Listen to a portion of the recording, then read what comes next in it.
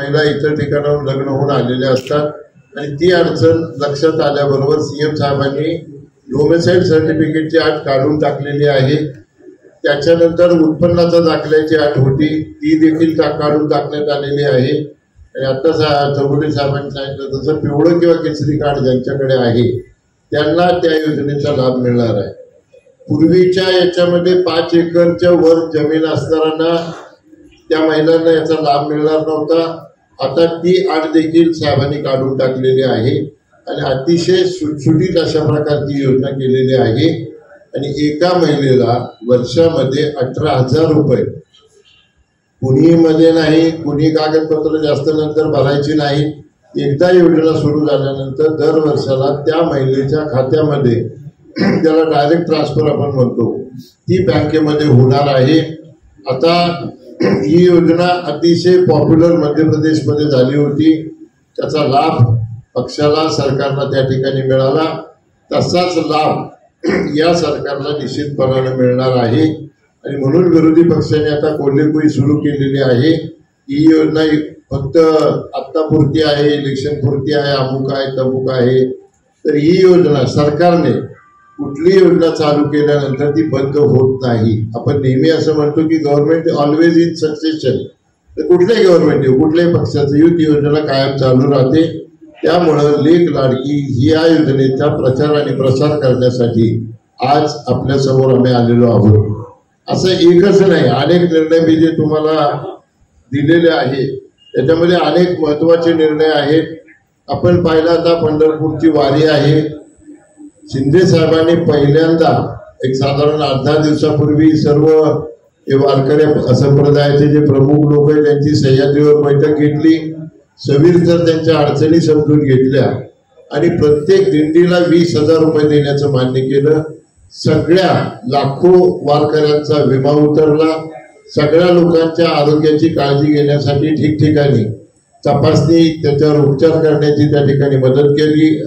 पंढरपूरला फार मोठ्या प्रमाणावर निधी त्याच्यामध्ये सीएम साहेबांनी दिलेला आहे आणि मुख्यमंत्री सहायता कक्षाच्या माध्यमातून देहू आळंदी पंढरपूर दोन्ही रस्त्यावर वारकऱ्यांची मी आता म्हटलं तसं आरोग्य तपासणी त्या ठिकाणी ठेवलेली आहे।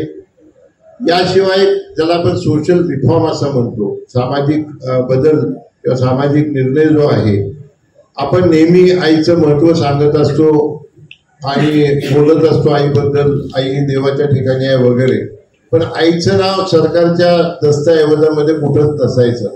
तर आता जिथे जिथे गव्हर्नमेंट डॉक्युमेंट आहे तिथे तिथे आईचं नाव आधी आणि मग वडिलांचं नाव आणि मग आडनाव कंपल्सरी सरकारने केलेलं आहे। पूर्वी ऑप्शनल होतं, आता सरकारी केलेलं आहे। आईच्या प्रती जी काही ऋण आहेत ते फेडण्याचा एक प्रयत्न या सरकारने या माध्यमातून केलेला आहे।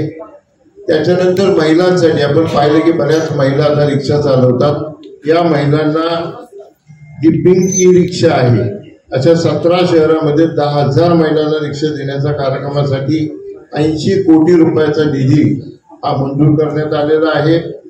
त्याच्यानंतर आपल्याला सगळ्यांना कल्पना आहे की कॅन्सरचं प्रमाण महिलांमध्ये खूप वाढलेलं आहे आणि त्याच्यामध्ये तुमच्या स्तनाचे आणि गर्भाशयाच्या मुखाचे कॅन्सर खूप मोठ्या प्रमाणावर होतात आणि एकदा त्याची स्टेज ओलांडली, दुसऱ्या तिसऱ्या स्टेजमध्ये गेल्यानंतर ती महिला मृत्युमुखी पडते। त्याच्यावर इलाज म्हणून या सगळ्यांची मोफत तपासणी करण्याचा अतिशय महत्वाचा निर्णय सरकारने घेतलेला आहे। आणखीन महिलांचा आवडता विषय किंवा महिलांच्या अडचणीचा म्हणूया आपण विषय, गॅस सिलेंडर। नेहमी आपण ओरड करतो की गॅसच्या किमती खूप वाढलेल्या आहेत, तर सगळ्यांना जे पात्र लाभार्थी त्यांना 3 गॅस फुकट देण्याचा निर्णय सरकारने घेतलेला आहे। आणखी एक ऐतिहासिक निर्णय या सरकारने घेतला तो म्हणजे मुलींना मोफत उच्च शिक्षण 24-25 पासून, म्हणजे अभियांत्रिकी असो वास्तुशास्त्र असो, असा 8 लाख मुलींना त्याचा लाभ मिळणार आहे। कारण जे उच्च शिक्षण आहे त्याच्यामध्ये शासकीय फी सुद्धा खूप मोठ्या प्रमाणावर असते आणि या मुलींना महिलांना त्याच्यामुळे फार मोठा निर्णय, फार मोठा दिलासा या सरकारने दिलेला आहे।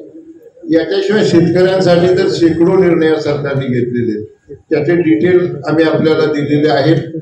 आणि पूर्वी जो ऐतिहासिक एक निर्णय घेतला, पूर्वी आपल्या सगळ्यांना कल्पना आहे की पीक विमा योजना आणि त्याचे ते हप्ते भरणे, त्या कंपन्यांची डील करणं प्रचंड शेतकऱ्यांना त्रासाचं होतं. परंतु 1 रुपया भरल्यानंतर आता पीक विमा योजना आपोआप त्या माणसाला लागू होते. अशा प्रकारचे शेकडो निर्णय या सरकारने घेतलेले आहेत. युवा वर्गासाठी सरकारने अनेक निर्णय घेतलेले आहेत आणि वेगवेगळ्या समाजासाठी जे समाज मागास आहेत किंवा आर्थिकदृष्ट्या थोडंसं कमकुवत आहे त्यांच्यासाठी सुद्धा फार मोठ्या प्रमाणावर निर्णय सरकारने घेतलेले आहेत.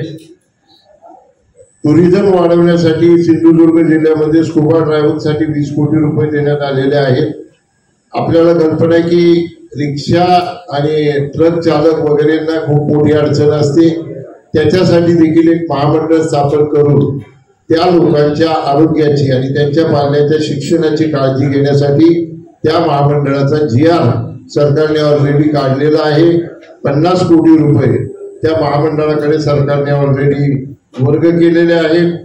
संजय गांधी निराधार किंवा अन्य ज्या तत्सम योजना आहे त्याची रक्कम सुद्धा 1,000वरून 1,500वर केलेली.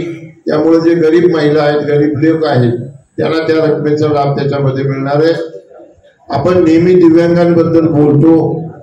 याच्यापूर्वी दिव्यांगाबद्दल चर्चा खूप व्हायची, पण या सरकारनं मुख्यमंत्र्यांनी दिव्यांगांसाठी एक वेगळं मंत्रालय चालू केलेलं आहे आणि धर्मवीर आनंद दिघे घरकुल योजनेच्या माध्यमातून त्यांच्यासाठी 34,400 घरं देण्याचा निर्णय सरकारने घेतलेला आहे.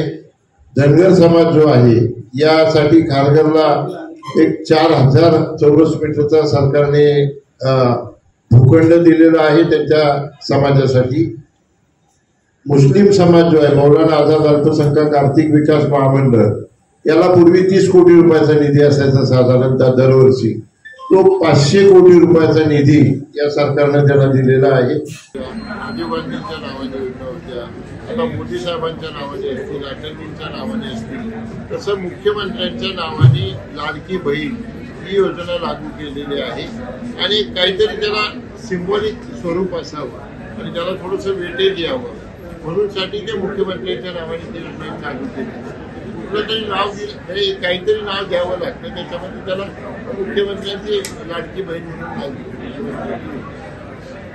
मी सांगितलं ना की मी 40 वर्ष पाहतोय प्रशासन आणि राजकारणामध्ये इतक्या ऐतिहासिक योजना आणि इतक्या मोठ्या योजना इतक्या कमी कालावधीमध्ये निर्णय घेणं आणि त्याची अंमलबजावणी करणं हे या सरकारने केलेलं आपल्याला सगळ्यांना मान्य करावं लागेल. लेक लाडकी योजना याच्यामध्ये सरकारला 46,000 कोटी रुपये एका वर्षामध्ये खर्च येतोय, पण धाडसानं मुख्यमंत्री आणि त्यांच्या सहकार्यांनी हा निर्णय घेतलेला आहे. वारकरी आता पंढरपूरची आपल्याला माहिती आहे 17 जुलैला आहे. वारकऱ्यांसाठी पहिल्यांदा एकूण 1 वारकऱ्यांचा विमा उतरण्यात आला, त्यांच्या आरोग्य तपासणी करण्याचा निर्णय घेण्यात आला, प्रत्येक दिंडीला 20,000 रुपये देण्याचा निर्णय घेण्यात आला आणि पंढरपूरचं ब्युटिफिकेशन किंवा तिथल्या सोयीसुविधासाठी करोडो रुपये देण्यात आले. अशा प्रकारचे निर्णय सरकार घेते.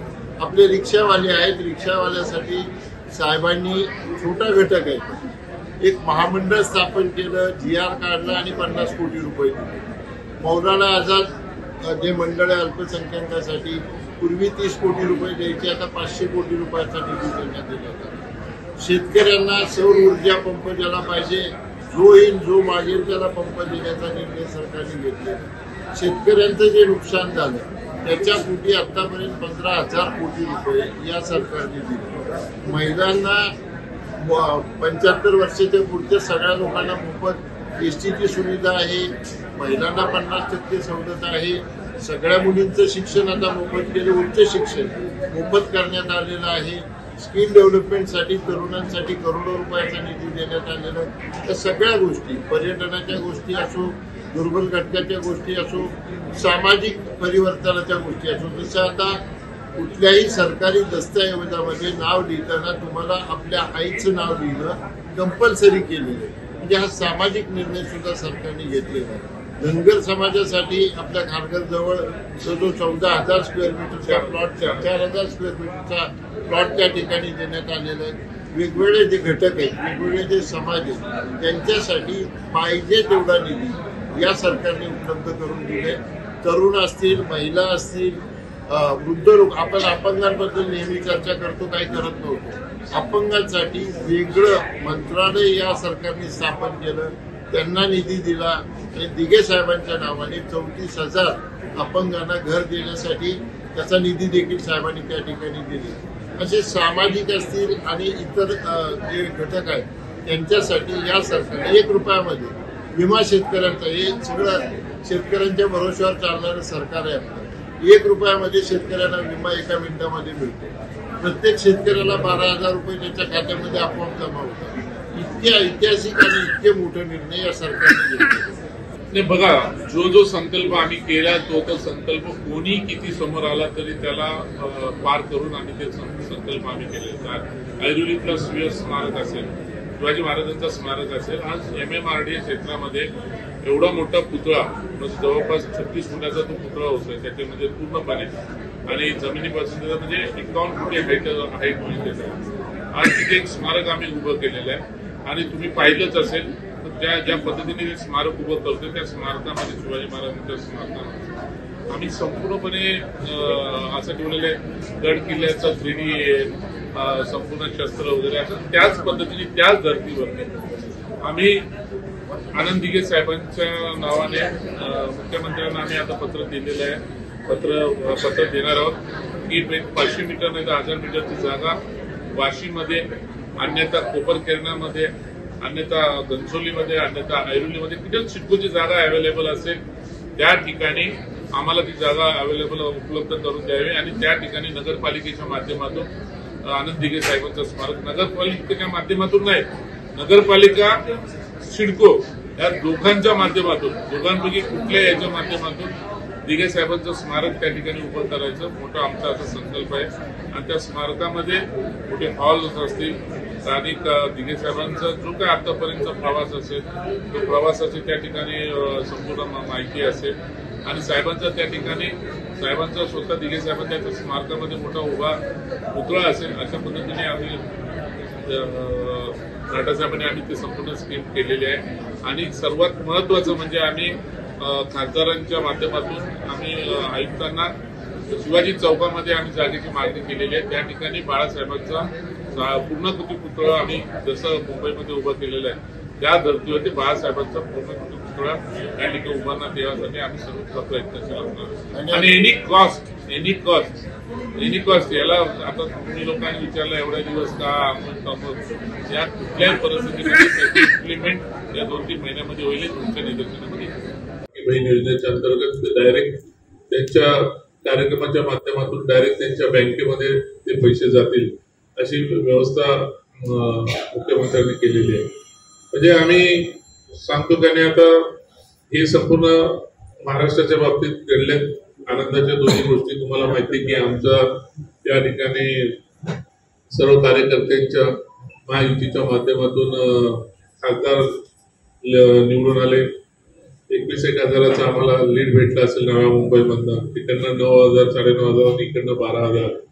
आता परत पदवीधर मतदारसंघातून निरंजन डावकरे हे सुद्धा निवडून आले. म्हणजे दोन्ही आमच्या या कोकणामध्ये आमची ताकद जैसे ती तशी ताकद आम्ही दाखवण्याचा आम्ही सर्वांनी प्रयत्न केला. लोकांनी किती विरोधात आमच्या घोषणाबाजी केल्या असेल, काही बोललं असेल, पण निगेटिव्ह एवढं भडकवण्याचा प्रयत्न झाला सर्व गोष्टी, तरी सुद्धा या ठिकाणी आम्हाला लीड मिळाला. त्याच्यामुळे आम्ही सर्वसामान्य सर्व जनतेचा आम्ही आभार मानतो आणि तुमचं सर्वांचं सहकार्य आम्हाला वेळोवेळी लाभतं. तर या दोन्ही निवडणुका होत्या. मागील खासदारांची निवडणूक झाल्यानंतर तुमच्या लोकांची, सर्व लोकांची बसून एक गप्पा मारायचा प्रयत्न असंच ते बोलवून तुम्हाला सर्वांशी चर्चा करायचा आमचा विषय होता आणि तो त्या विषयाने आम्ही या ठिकाणी आज पत्रकार परिषद लावले. तुम्हाला सर्वांना माहीत असेल की मधल्या काळामध्ये आपल्या खासदार निवडून आल्यानंतर खासदार स्वतः आयुक्तांना भेटायला गेलेले होते. तर आम्ही मागणी केलेली आहे की महत्वाची मागणी केली आहे आता शिवाजी चौकामध्ये जो आपण दोन्ही साईडला लेफ्ट अँड राईट जो भाग आहे त्या लेफ्ट अँड राईटच्या भागामध्ये मधून जर एक छोटा कर्व येतो, असा छोटासा कर्व येतो की आपला एक तो 8x8चा असेल नाही तर 7x7चा असेल. त्या ठिकाणी असं जसं मुंबईमध्ये बाळासाहेबांचा पूर्ण पुतळा उभारण्यात आलाय, तो बाळासाहेबांचा पुतळा उभा करण्यासाठी आणि आनंद दिघेंचा पुतळा उभा करण्यासाठी आम्ही मागणी केलेली आहे. मुख्यमंत्र्यांना पण आम्ही पत्र दिलं. मुख्यमंत्री पण त्याच्यामध्ये सकारात्मक आहेत. आणि या सर्व गोष्टी, आणि तुम्हाला दुसरी महत्वाचं म्हणजे नवी मुंबई महानगरपालिकेला वैद्यकीय महाविद्यालय सुरू करण्याच्या नियोजनाच्या बाबतीत स्वतः खासदार झाल्या त्या गोष्टीची उचल घेऊन त्यांनी पहिलं आपले मिनिस्टर आमचे जाधव साहेब, प्रतापराव जाधव यांच्याकडे त्यांनी तसं पत्र पण दिलेलं आहे. म्हणजे झाल्या काय गोष्टी या नव्या मुंबईसाठी खासदार बनल्यानंतर खासदारांनी काय करायला पाहिजे काम, त्याची पहिली सुरुवातच खासदारांनी चांगल्या पद्धतीने त्याची सुरुवात केलेली आहे. आणि या सर्व गोष्टी या ठिकाणी आम्ही करतोय. काही गोष्टी असतील, आता घटक पक्ष म्हणून आम्ही सर्व गोष्टीत आम्ही एकत्रपणे आम्ही कामं करतोय. शेवटी आमचा पण पक्ष वाढायला पाहिजे, त्या पद्धतीने आम्ही पण आमच्या पक्षाची चांगली कामं करायची आम्ही सुरुवात करतोय. आणि त्याच्यासाठी तुमचं पत्रकारांचं सर्वांचं शेवटी मीडियाच्या माध्यमातून काही गोष्टी यायलाच पाहिजे, बाहेर पडलेच पाहिजे आणि तुमच्या लोकांचं सर्वांचं सहकार्य असायला पाहिजे. त्याच्यासाठी आज ही पत्रकार परिषद आम्ही लावलेली आहे. आणि या गोष्टी मी थोडक्यात बोललेला तर नाटासाहेब तुमच्याशी याच्या बाबतीत थोडक्यात नाटासाहेब बोलतील.